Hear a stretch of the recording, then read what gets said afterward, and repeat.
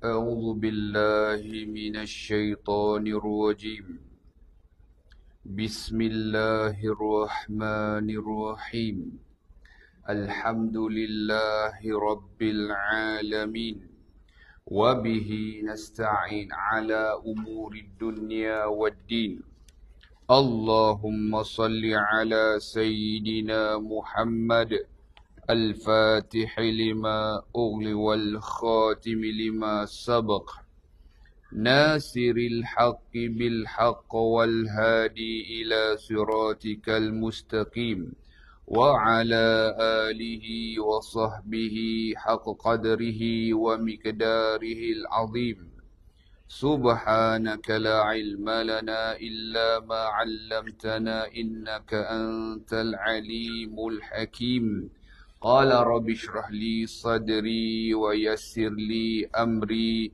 واحلل عقدة من لساني يفقه قولي ولا حول ولا قوة إلا بالله العلي العظيم ولا حول ولا قوة إلا بالله العلي العظيم بمئة ألف ألف ألف لا حول ولا قوة إلا بالله العلي العظيم نوينا تعلم وتعليم وتذكر وتذكير والإفادة والاستفادة والحث على التمسك بكتاب الله وبسنة رسول الله صلى الله عليه وسلم وجه الله ومرضات وقرب وثوابه آمين اللهم آمين عما بعد Assalamualaikum warahmatullahi ta'ala wabarakatuh. Alhamdulillah, sidang hadirin, hadirat, muslimin, muslimat yang dirahmati Allah Ta'ala, wabil khusus jamaah Syarikat Takaful Malaysia. Syukur kehadrat Allah Subhanahu wa Ta'ala yang Maha Esa, dapat kita sama-sama berkumpul di suatu tempat yang mulia, masakan tidak, kerana apabila ada tempat walaupun tidak kita namakan masjid, surau ataupun musalla, namun kita berharap kita mendapat pandangan khusus daripada Allah Ta'ala, kerana ia merupakan tempat kita berkumpul untuk menunaikan salat berjamaah dan diadakan majlis-majlis ilmu. Kalau kita baca dalam kitab Penawar Bagi Hati, dalam fasal pada menyatakan dua tangan dan dua kaki, ada menyebutkan bahawasanya antara faedah bangsa akhirat, nama bangsa akhirat tu apa pula? Faedah bahasa lama tu. Faedah jenis akhirat adalah dengan berjalan menuju ke masjid, juga ke musalla, juga ke surau, dan tempat belajar ilmu. Mana tapak kaki abang jalan ni kan? 1, 2, 3. Ada abang ni pun jalan juga. Dia nak pergi mana tu? 2, 3. Abang duduk. Selagi dia berjalan ke bang? Jalan lagi bang. Muslimat pun ada jalan. Jadi jalan itu dikira hasanat, dikira kebaikan.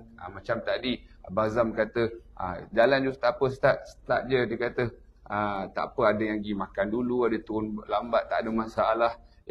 Moga-moga Allah Ta'ala pilih kita di dalam berada di rumah Allah, berada di majlis-majlis ilmu. Amin ya rabbal alamin. Baik, syukur kepada Allah. Kalau kita tengok di dalam Al-Quran tentang Ramadan, kenapa kita masih tak boleh lupa Ramadan? Sebab apa? Sebab hati kita insya-Allah di kalangan orang yang terpaut hatinya ketika mana dalam Ramadan, dan kita nak kesinambungannya selepas Ramadan, dan kita nak apa yang kita perolehi pada bulan Ramadan itu kita bawa sampai ke Ramadan yang seterusnya. Tu. Dan kita nak agar bekal iman kita yang kita charge bateri keimanan kita pada bulan Ramadan baru ni akan dapat bertahan ke Ramadan yang seterusnya. Amin. Bahkan sampai ke akhir hayat kita. Ya, sebab itulah kita berharap kepada Allah, saya secara khususnya dan umumnya kepada semua, kita semua berharap agar Allah kurniakan kita pingat kebesaran darjat takwa itu kepada kita, ya, di akhir Ramadan, dan kita akan teruskan, ya, adanya pingat kebesaran takwa itu sebagaimana yang disebut di dalam Al-Quran, ya ayyuhalladzina amanu kutiba alaikumus siyam kama kutiba alal ladzina min qablikum la'allakum tattaqun. Wahai orang-orang yang beriman.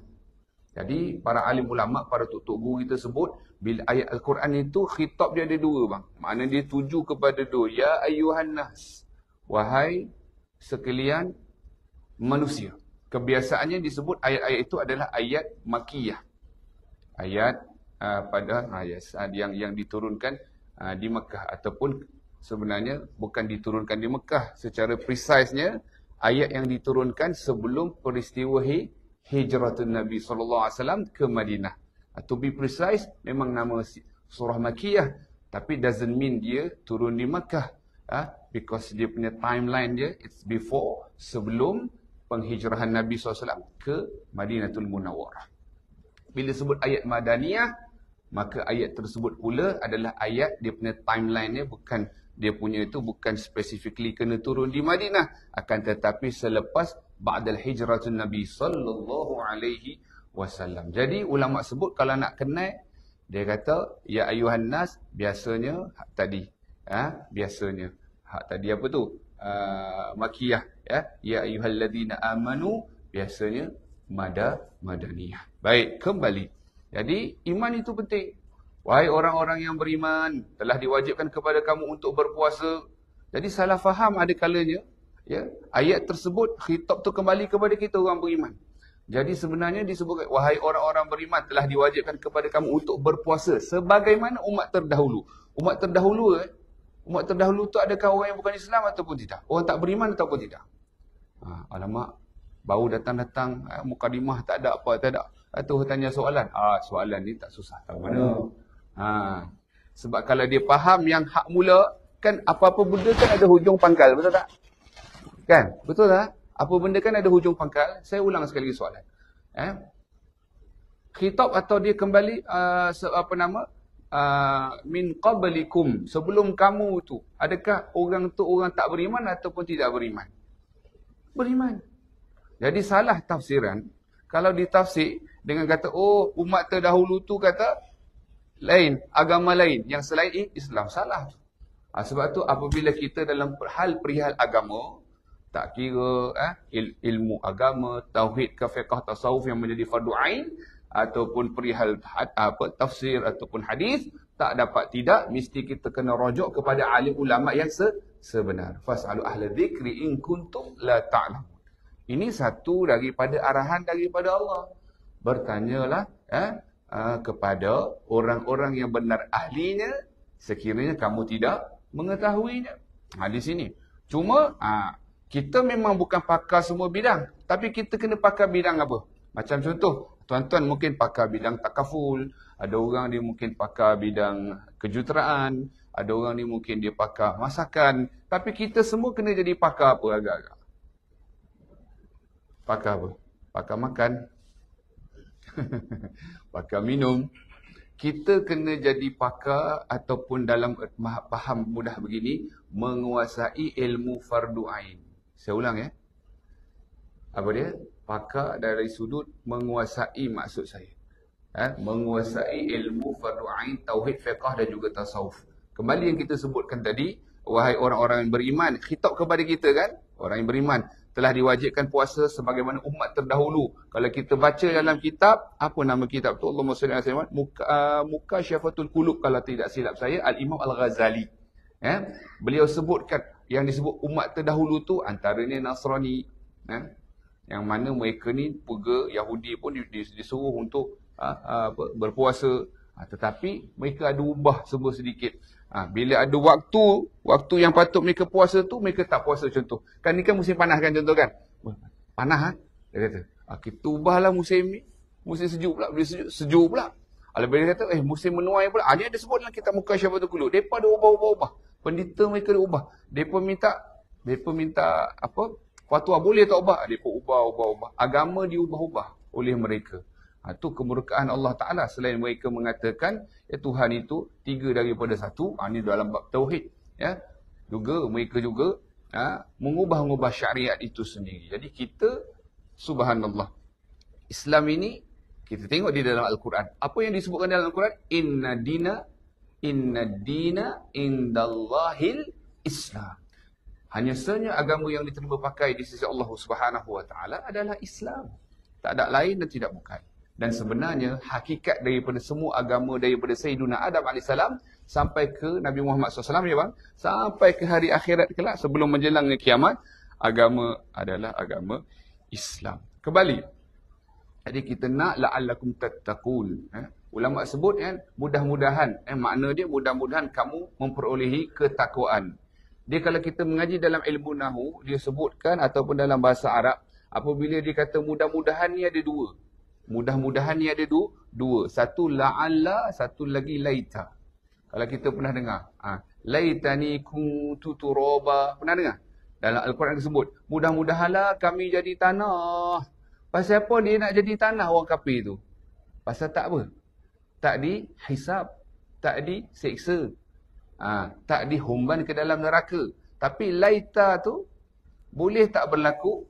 Tak boleh berlaku. Yang mudah-mudahan yang mustahil berlaku. Tapi la'alla sesuatu yang kata mudah-mudahan yang boleh berlaku. Mudah-mudahan kita semua di kalangan orang yang bertakwa. Amin ya rabbal alamin. Baik. Kembali. Tak dapat tidak kita mesti faham. Ataupun kita mesti pasakkan ke dalam hati sanubari kita ni tentang iman. Ya. Solat kita. Puasa kita. Zakat kita. Haji kita. Itu secara umumnya. Ya. Antara lain. Ya. Antara kita nak melakukan. Kita nak melakukan ibadah-ibadah tersebut. Ya. Sebagai syarat sahnya. Antaranya apa dia? Islam. Dia tak sah. Kalau dalam setiap kadang kita dengar dalam bulan puasa ada je satu hamba Allah. Dia kata saya puasa. Bangun sahur lagi. Kan? Baru ni puasa 6 dia kata dia puasa 6 Abang Zam dia kata. Ada satu orang hamba Allah, perempuan non-Muslim, orang terkenal jugalah. Dia puasa 6 kalah kita, raya kedua, raya ketujuh dia habis dah. Tapi kalau dia tidak beriman kepada Allah, Allah terima tak? Ini saya sebut kalau tidak beriman. Kalau dia beriman secara sir, wallahualam kita tidak tahu. Allah terimalah. Betul atau tidak? Kalau orang ada je yang mengucapkan syahadah. Tetapi secara rahsia dan sebagainya. Ala kulihal kita nak sebut begitu. Tetapi kita nak cerita umum saja. Kalau tidak beriman, Allah terima ataupun tidak? Tidak terima. Nampak di situ. Ada satu perbahasan yang menarik di dalam kitab Al-Fawaid Al-Mukhtarah. Apa dia? Kitab namanya Al-Fawaid Al-Mukhtarah. Bila-bila senang saya bawa lah. Pasal tadi pun saya duduk kalut nak cepak ni, paki cari jalan tu. First time jumpa dengan, first time datang sini lah. Belah-belah sini tu. Syukur kepada Allah. Alhamdulillah tak sesat tara mana. Sesat sekejap je. Sampai dekat mana tadi tu? Sebelum yang nak masuk simpang tu, dia nak masuk kiri. Dia masuk kiri depan lagi tu. Tapi Alhamdulillah saya fikir kena patah balik sikit ni. Kan orang tu kata apa nama? Kalau sesat dia kembali ke saya keluar sikit, kalau tidak tak tahu lah pukul berapa sampai. Gitu. Ala kulihal kita ni dalam kitab Al-Fawaid Al-Mukhtarah ada satu perbahasan yang menarik untuk kita dengari, iaitu disebut kenapa orang kafir itu selama-lama diduduk dalam neraka. Kenapa pula orang Islam, orang beriman, walaupun, minta maaf dengan bahasanya, kalau dimasukkan ke dalam neraka sekalipun, walau dia ada sebesar iman, dia ada iman sebesar zarah, dia akan selamat. Betul atau tidak? Dia akan selamat. Dia akan keluar. Dia akan selamat. Sebab tu persahabatan ini juga penting. Selain daripada syafaat daripada para Nabi Rasul alaihi wassalatu wassalam, khususnya Rasulullah SAW, syafaat daripada awliya, para ulama, syafaat daripada sahabat-sahabat. Tuan-tuan ingat ni, kita ni bersahabat ni semua ni tak ada makna. Ada makna. Sebab tu bila sebut kan, dia jangan orang kata manis mulut saja. Engkaulah sahabat dunia akhirat aku. Engkaulah sahabat dunia akhirat aku. Sebenarnya dia ada makna tu. Dunia akhirat. Makna dunia pun dia sahabat, akhirat sementara lagi. Saya ulang sekali lagi. Kan? Kadang-kadang bila diuji dengan apa-apa ujian lah persahabatan itu, dah tak ada sahabat dunia akhirat dah. Jumpa engkau. Kalau dia kata jumpa kat neraka, dua-dua masuk neraka. Gitu kan. Jumpa kau lah agak-agak lah kan. Jangan macam tu kan. Boleh faham maksud dia? Jadi sahabat dunia akhirat tu benda ni. Sebab apa? Syafaat. Akan ada ahli-ahli syurga yang akan tengok kiri kanan dan melihat tak ada kawan dia. Member tak ada. Mana pi tanya pada Allah Ta'ala, maka apa dia? Rupanya ada di dalam neraka. Maka dia ahli syurga boleh beri syafaat. Dan sahabat-sahabat ni penting. Jadi realisasikanlah kata-kata tu sahabat dunia akhirat. Nak tahu kata ni bukan sekarang dia kena pi sana dulu. Sebab tu macam ada setengah orang minta maaf dengan bahasanya. Minta maaf minta maaf. Sebab ulama sepakat mengatakan bila kita menghadiahkan pahala Abang Zam, menghadiahkan pahala tu kepada si mati sampai. Muktamad sampai. Nak keluar lagi daripada khilaf, Imam An-Nawawi kata sebut nama. Rasa tak dalam kita punya tahlil adakan nama ila hadratin Nabi Muhammad SAW khususan ila ruh al-marhum ataupun al-marhumah, kan sebut. Sebab tu saya selalu pesan juga kalau kita nak berdoa ataupun nak sampaikan pahala tu, kalau boleh tahu nama sebenar. Kadang kawan kita tahu nama Yub, dia ada Yub.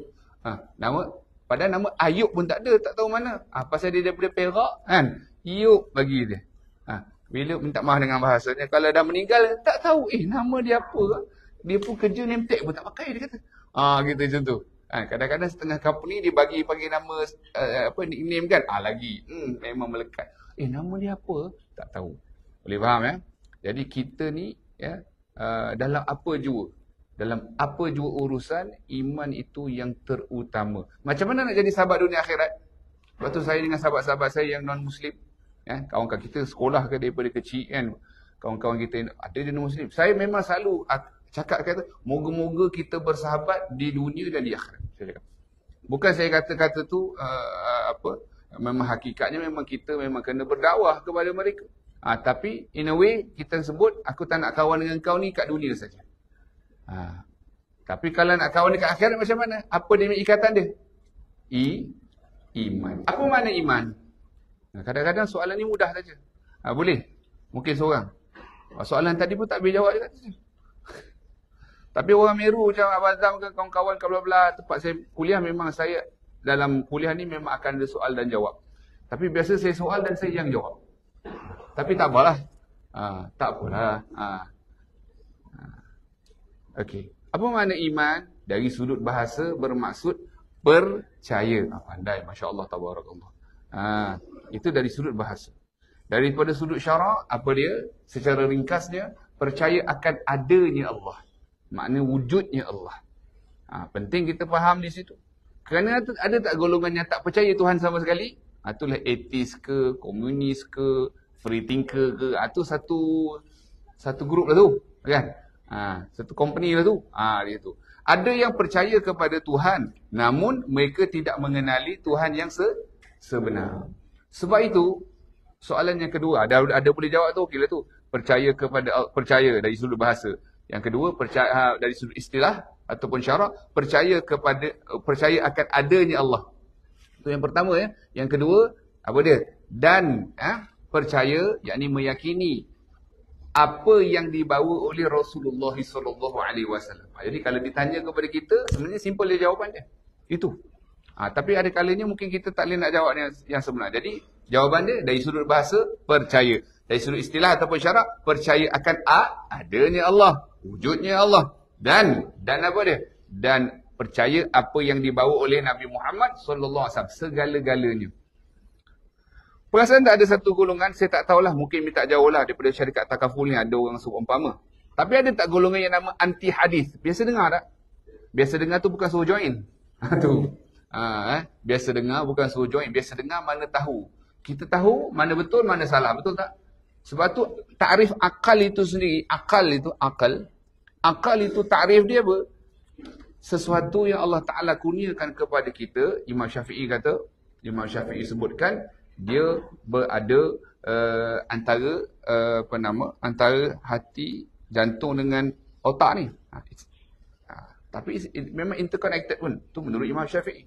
Imam Abu Hanifah dan juga sebahagian besar tabib ataupun doktor pada zaman beliau mengatakan akal itu di sini letak, jadi di otak lah. Di otak kita. Ala kulihal, itu.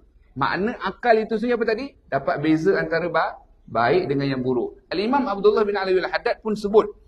Lebih daripada itu, penafsiran dia, bahkan akal ini boleh beza mana yang terbaik di kalangan yang baik-baik. Masya Allah, tabarakallah. Di situ. Ya, itu antara lain. Macam kita kalau orang nak pergi haji ni nanti kan, dia ada takrif dia. Haji itu sendiri, kan, kalau sebut haji, dari sudut bahasa, al-qasdu. Maknanya bermaksud menuju. Kalau haji. Kalau dari segi syarak, al-qasdu ilal baitillahil haram lin nusuk. Menuju kepada Kaabah ataupun Baitullahil Haram dengan niat ibadah. That's why kalau orang faham istilah ni, insya-Allah kemahalan dia. Macam orang kata, solat apa makna? Dari sudut bahasa doa. Ad-du'a lil khair. Doa kepada kebaikan. Tapi makna solat itu sendiri, solat tu itself, apa makna dia? Dari sudut dalam bahasa Melayu dia, sekumpulan perbuatan dan ucapan yang dimulai dengan takbiratul ihram dan diakhiri dengan salam secara kebiasaan. Ini saya terjemah teruslah daripada Arab ke Melayu. Jadi mula-mula dengan takbir, diakhiri dengan salam. Takbir, yang angkat takbir itu sunat ke wajib? Muslimat. Dia dengar banyak bunyi muslimat, dia bunyi bom bunyi. Dia tanya soalan sikit. Muslimat. Angkat, perbuatan angkat tu wajib ke sunat? Ataupun muslimat jangan tolong, biar kita dengar. Muslimat. Biar dia. Angkat tu, perbuatan angkat itu wajib ke sunat? Okey, jangan tolong Jangan tolong. Semua dengar kata wajib tadi kan? Wajib ke sunat? Tak ada khilaf?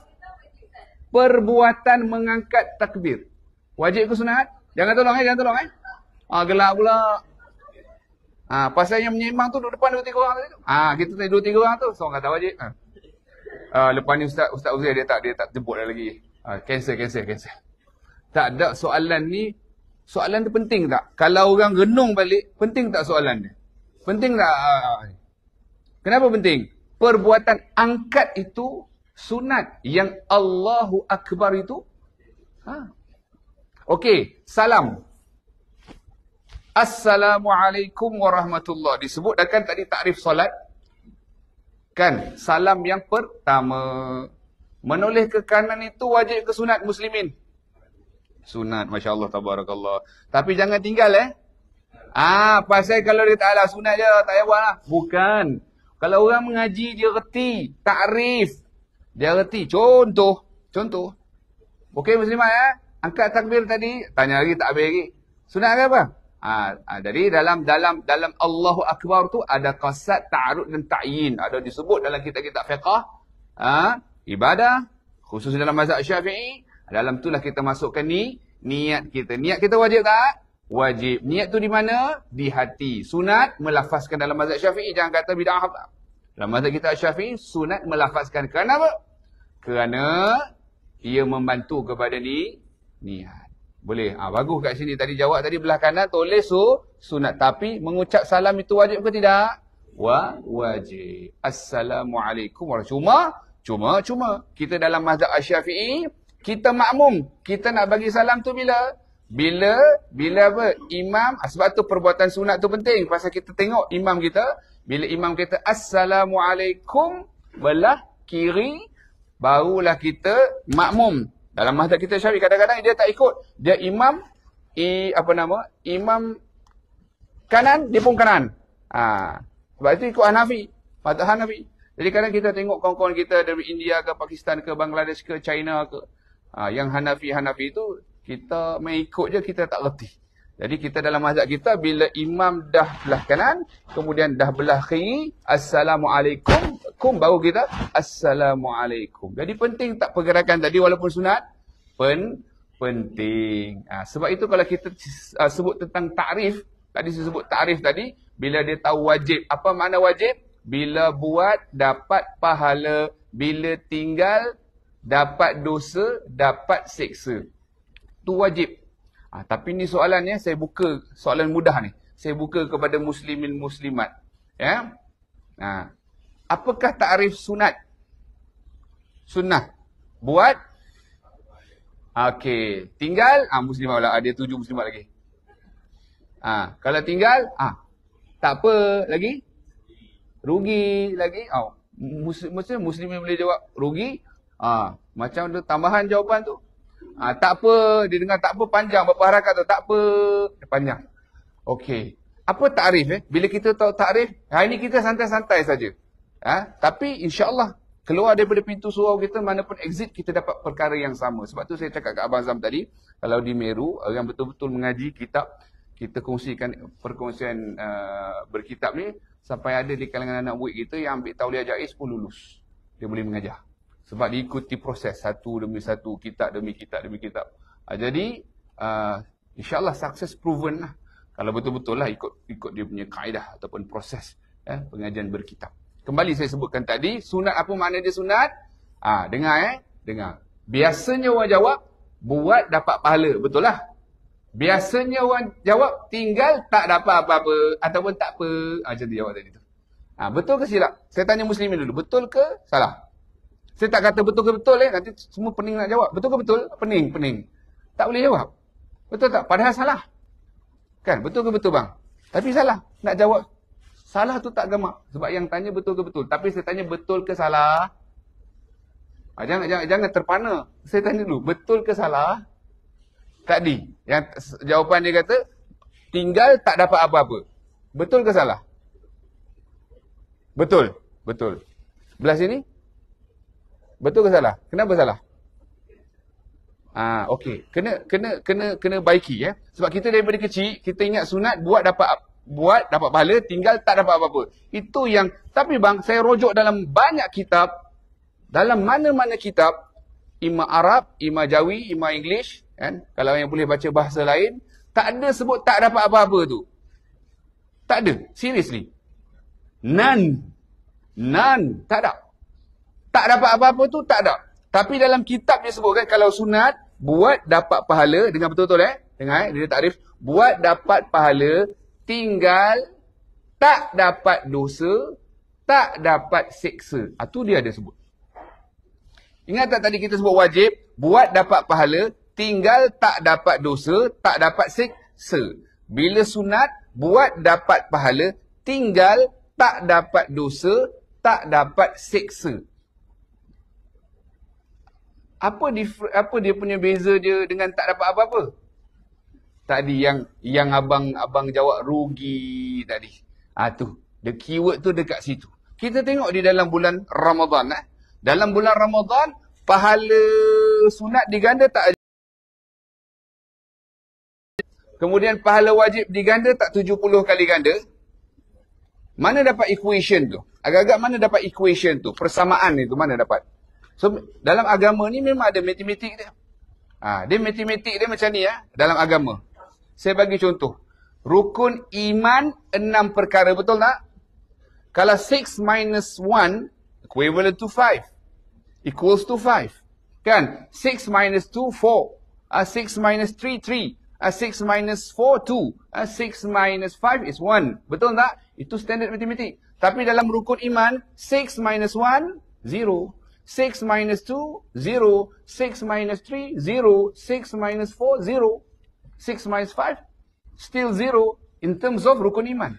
Arkanu imanu sittatun. Rukun iman 6 perkara. Kalau tolak 1, dia jadi kosong. Tapi persamaan biasa matematik 6 tolak 1 adalah 5. Tapi dalam rukun iman tidak boleh dikira begitu. Faham tak? Oh, kita boleh tolak 1 lah. Okey lah. No. There's no such thing benda tu berlaku. In terms of rukun iman. The pillars of iman. Hak tu tak boleh. Tapi, kita tengok kan tadi kita sebut, dalam bulan Ramadan, sunat jadi wajib, betul tak? Itu equation dia kan? Fardu jadi 70 kali ganda, betul tak? Okey. Di luar Ramadan, contohnya lah ni, Syawal. Equation dia begini. Satu fardu kena ada 70 sunat baru boleh equivalent dengan satu fardu. Dia nak kena buat 70 sunat baru dapat sama dengan satu fardu. Boleh nampak di situ? Jadi makna kata, bila bulan Ramadan dia jadi macam mana? Dia jadi bertambah tak? Jadi yang 70 patut satu fardu tu dia sama dengan 70 sunat. Bila bulan Ramadan sunat tu jadi fardu tak? Apa maknanya? Sama dengan sama, dia jadi sama. Dan fardu tu pula kalau kita belajar kan, X tambah Y sama dengan, kan dalam matematik dulu benda tambah Z, dia ulang-ulang begitulah. Jadi bila bulan Ramadan yang fardu tu digandakan pula 70 kali ganda. Sebab tu kalau pasal bulan Ramadan tu selalu saya pesan kita share kepada masyarakat yang duduk di masjid, contoh iktikaf di masjid, saya katakan kita boleh tukarkan niat kita sebagai niat nazar. Di surau tak ada istilah tahiyatul surau ataupun iktikaf, tidak ya tuan-tuan. Ini kita kena faham satu perkara, ini jelas dalam mazhab kita. Cuma nak bagi tahu kalau ada berkelapangan atau berkesempatan di masjid, duduk di masjid, iktikaf di masjid, pahalakan sunat jadi fardu kan dalam bulan Ramadan. Tetapi kalau dia niatkan nazar, maka jadi wajib tak? Jadi wajib. Dan masa bulan Ramadan tersebut yang wajib itu digandakan sebanyak 70 kali ganda. Hak ni yang tadi abang-abang kita kata rugi tu. Jadi takrif dia apa? Sunat buat dapat pahala. Tinggal tak dapat dosa, tak dapat seksa, bukan tak dapat apa-apa. Bahkan ni yang tadi disebut, bahkan rugi serugi-ruginya. Kalau tak buat jadi rugi. Sebab tu kita sebutkan tadi, ada yang seumpama tak Ramadan? Tak ada seumpama. Jadi kita rindu, kita attachment dengan Ramadan masih lagi tak? Dia tak habis lagi. Pasal apa? Sebab tu bila kata tak habis lagi, sebab tu yang orang yang nak puasa 6 pun ada yang tak habis lagi dah. Tapi tak ada apa-apa hari lagi. Ada 2 days more kan? Betul tak? Ke saya silap? Sabtu last kan? Kalau saya salah betulkan katalah Sabtu last Sabtu last. Masya Allah, tabarakallah. Ada berapa hari lagi? Oh, saya belum start lagi. Dia kata dia salahkan open house. Contoh. Jangan salahkan open house. Baik. Jadi katalah kalau hari ni dia last. Jadi Alhamdulillah contoh. Ataupun dia dah habis ke awal mula. Daripada raya kedua hingga raya ke-7. Memang ada dalam hadis disebutkan tentang keutamaan menghabiskan secara berturutan. Dalam mazhab kita Asy-Syafi'i memang afdalnya berturutan. Jadi sebab tu orang kata apakah kesinambungannya kalau kita boleh buat perkara hak dalam Ramadan itu bawa ke ni seawal Syawal ini dengan puasa 6. Jadi kalau siapa yang sudah selesai alhamdulillah. Dan ni lepas ni bulan haji pula. Bulan haji pula preparation. Jadi nak pergi haji, kita solat, kita nak pergi haji, kita nak bayar zakat, antaranya yang penting dan terpenting sekali tak dapat tidak adalah keimanan kita. Penting. Minta maaf dengan bahasanya. Ada kalanya setengah orang tidak sedar. Dia berakidah keluar daripada ahli sunnah wal jamaah. Ada orang kadang dia tak sedar yang dia beriktikad, minta maaf dengan bahasanya, dia semayang tak tinggal ada kalanya. Bukan ada kalanya memang dia tak tinggal. Tetapi dia beriktikad ataupun dia berpegangan di dalam hati bahawasanya Tuhan itu sama dengan makhluk. Ada anggota, duduk dan sebagainya. Bahkan itu semua adalah perkara-perkara yang menyebabkan seseorang itu menyamakan Allah Subhanahu Wa Taala dengan makhluk. Jadi tadi saya bincang dengan dalam WhatsApp dengan Abang Zam, saya sebutkan penting kita nak orang kata ahlan wa sahlan ataupun kita nak bagi semangat kepada orang nak pergi haji dan sebagainya. Dalam masa yang sama orang yang nak pergi haji, bahkan orang tak pergi haji sekalipun, kena pasakkan iman mereka benar-benar di dalam dada mereka. Berpegangan dengan pegangan yang benar. Sebab tu takrif itu penting. Takrif itu penting. Contoh kita tengok, kita belajar ada ilmu, contohlah tauhid. Tauhid ni juga dikenali ilmu akidah juga bang. Sama kan? Ilmu tauhid juga akidah, betul tak? Juga usuluddin, betul tak? Juga ilmu ma'rifah, juga ilmu sifat. Kadang-kadang ada orang bila dengar ma'rifah dia rasa, oh ini tinggi sangat. Sebenarnya ma'rifah tu ada dua. Satu ammah, satu khassah. Ammah ni macam mana? Yang umum. Yang umum yang kita kena belajar, yang wajib kita belajar tentang Allah, tentang ketuhanan, tentang kenabian dan perkara yang kita imani. Berapa kalau orang tanya kepada kita, paling tidak kita kena tahu 3 perkara di dalam iman. Nombor 1 apa? Al-ilahiyat. Apa tu? Ketuhanan. Perihal ketuhanan. Kita kena tahu. Nombor 2, an-nubuwat. Apa dia? Kenabian. Yang ketiga, as-sam'iyat. Apa dia as-sam'iyat? Kita dengar dan kita beriman. Ada tak di kalangan orang yang cerdik pandai? Bahkan minta maaf kita sebutkan ada yang hafal Quran sekalipun di kalangan orang yang tidak beriman. Ada. Hafal hadis sekalipun. Ada ya. Kita pun tak hafal hadis 40 kita kadang. Innamal a'malu binniyati, tak habis-habis pusing di situ. Kan? Tapi ada yang non-muslim yang hafal banyak. Reti banyak. Tapi adakah ia ada manfaat?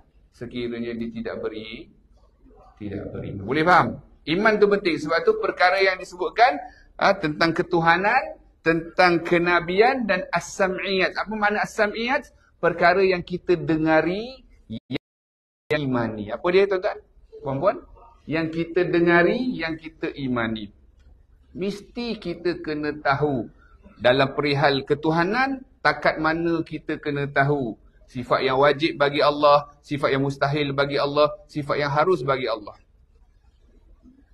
Bab kenabian, sifat yang wajib bagi para Nabi Rasul, sifat yang mustahil bagi para Nabi Rasul, sifat yang harus bagi Nabi Rasul. Saya bagi satu contoh. Kesalahan, sifat kecelaan, kekurangan. Boleh faham ya? Kekurangan. Termasuk buta. Itu ada perbahasan ulama' Nabi Yaqub tu macam mana? Jadi dalam tafsir dia ada sebut antaranya Nabi Yaqub tu tidak buta, namun kerana apa dia? Lantaran tangisan yang begitu banyak hingga satu pendapat di dalam tafsir ataupun dalam pendapat ulama menyatakan menjadi selaput putih pada matanya. Boleh faham? Kalau orang belumlah kita pernah jumpa kan, tapi sekiranya seumpama begitu hingga jadi putih selaput depan pada mata, tapi tidak buta. Dalam satu riwayat yang disebutkan kita baca dalam tafsir, ya, memang tidak buta. Bahkan ketika mana Nabi Yaqub alaihissalam nak mententera nak rasa gembira sikit, panggil Bunyamin. Siapa Bunyamin? Adik kepada Nabi Yusuf alaihissalam. Bunyamin ni seibu sebapa. Tu rapat tu, dia seibu sebapa. Dia panggil Bunyamin, jadi Nabi Yaqub buka mata. Lepas tu Nabi Yaqub tutup balik mata. Jadi buta satu sifat kecelaan. Begitu juga dengan Nabi Ayub. Adakah sakitnya sampai tanggai daging, nampak tulang? Itu satu sifat kecelaan. Mustahil ada pada para Nabi Rasul. Nampak tak? Jadi itu salah satu perkara dari banyak-banyak perkara lagi yang perlu kita ketahui. Jadi it's a process. Kita nak jadi orang bijak pandai ni, agak-agak terus boleh jadi ke? Contohlah kalau dia nak jadi syekh. Nak letak nama syekh kat depan, tukar dekat IC lah. Macam tu. Tapi sebenarnya, apa makna syekh? Syekh, apa makna syekh? Orang kalau gelaran syekh. Ahlul fadl walau kana saghiran. Seorang ahli yang berkeutamaan. Yang berkebolehan dan berilmu. Pelbagai disiplin ilmu. Kurang-kurangnya lebih daripada 15 disiplin ilmu. Walaupun dia kanak-kanak. Kalau dia kecil sekalipun. Siapa sebagai contoh? Imam Syafi'i. Siapa sebagai contoh? Imam An-Nawawi. Contoh. Banyak. Kecil lagi dah menguasai disiplin ilmu. Kalau kita tengok, kalau ulama' Melayu, Syekh Ahmad Fatani. Syekh Ahmad Fatani. Jangan silap ya. Syekh Ahmad Fatani, dia lewat sikit daripada Syekh Daud Fatani yang mengarang kitab Munyatul Musalli. Syekh Ahmad Fatani itu pada akhir kurun ke-18, awal ke-19. Dia tok guru kepada tok kenali. Kadang-kadang ada orang silap. Dalam di tengah dia capai, dia kata Syekh Daud tu anak murid Syekh Ahmad. Tak. Syekh Daud itu Ya, menguasai puluhan disiplin ilmu. Masya Allah. Syekh Ahmad Fatani menguasai 46 disiplin ilmu. Termasuk chemistry, termasuk medicine. Ilmu agama tak saya cakap lah. Yang karang kitab Faridatul Faraid. Masya Allah. So jangan kita kata ulama kita, tok guru tahu agama aja. Jangan. Kita jangan. Pernahkah kita sembang dengan tok guru tahu apa penguasaan mereka terhadap ilmu-ilmu yang lain? Tak pernah, pasal kita tak pernah tanya. Kan? Jadi begitu. Jadi gelaran itu saya sebutkan Syekh Ahmad Fatani contoh. Beliau umur 4 tahun lagi dah hafal Quran 30 juzuk. Umur 6 tahun dah ngajar kitab-kitab lah. Aduhai. 6 tahun ni kita tadika kan? Ada yang tak masuk tadika ke? Contoh. Faham tak maksudnya? Jauh tak? Tu jauh beza. Jadi itulah alim ulama. Ya? Dan kita paling-paling tidak, ya, sebelum saya akhiri, kita kena ada niat dalam hati kita. Walau kita, sekiranya kita tidak mampu ataupun belum mampu, tak mampu nak jadi orang yang alim, ya, kita kena ada tak dalam hati satu qasad ataupun niat kita agar zuriat keturunan kita ataupun siapa-siapa yang kita harap-harapkan boleh agar mereka menjadi. Jadi paling-paling tidak, kalau kita tidak boleh jadi orang alim, perlu tak ataupun wajib tak kita untuk menguasai sekurang-kurangnya ilmu fardu ain? Wajib. Minta maaf dengan bahasanya. Ada kadang-kadang dalam benda yang simple-simple pun kadang orang tak faham. Minta maaf kalau saya sebutkan percontohan, minta maaf dulu. Ada orang dia tahu, ada orang dia tak tahu. Minta maaf Contoh, pegang papan punggung ni kira batal wuduk ke tidak? Kadang kita pelik juga. Batal ke tak bang? Abang jaket biru. Smart dia mana? Rambut dia lepas wuduk tu nampak kemas kata. Batal ke tak? Cakap tu je, batal ke tak? Tak batal? Tak tahu. Tu. Abang baju tu, cantik baju abang tu. Saja dia kata baju abang apa tu, baju batik tu kan. Batal tak kalau pegang papan punggung? Minta maaf saya bagi percontohan tapi penting. Batal tak? Batal tak? Saya tanya muslimat, minta maaf. Saya tanya abang ni. Batal tak? Tak batal. Tak batal. Yang jadi batal apa?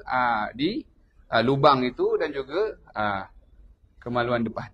Ada yang tak tahu. Jadi kita beginilah. Bukan saya beri percontohan tu nak bagi sonok-sonok tak. Ni cerita fiqh. Fiqh ni kalau cerita boleh malu tak? Tak boleh malu. Jadi kalau dia terpegang, saya sebutkan tadi, kalau dia terpegang, batal lah wuduk aku. Batal ke tak? Tak batal. Tapi bukan suruh pegang begitu.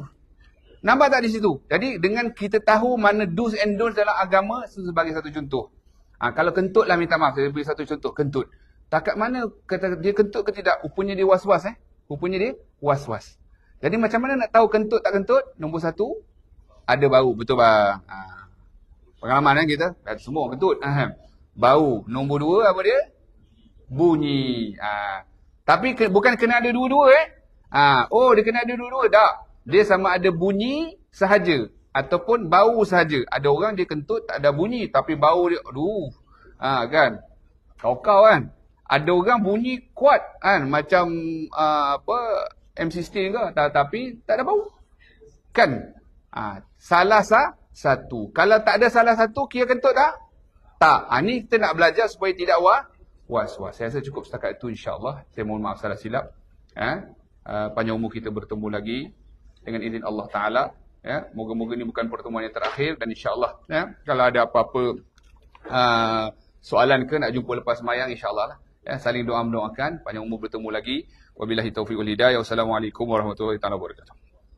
A'udzubillahi minasyaitonir rajim. Bismillahirrahmanirrahim. Alhamdulillahirabbil alamin. Wassalatu wassalamu ala asyrafil anbiya'i wal mursalin sayyidina maulana Muhammadin wa ala alihi wa sahbihi ajma'in. Rabbana taqabbal minna innaka antas samiul alim wa tub alaina innaka antat tawwabur rahim. ربنا اتنا في الدنيا حسنه وفي الاخره حسنه وقنا عذاب النار وصلى الله على سيدنا محمد وعلى اله وسلم والحمد لله رب العالمين. Jumpa lagi tuan-tuan, puan-puan. Assalamualaikum.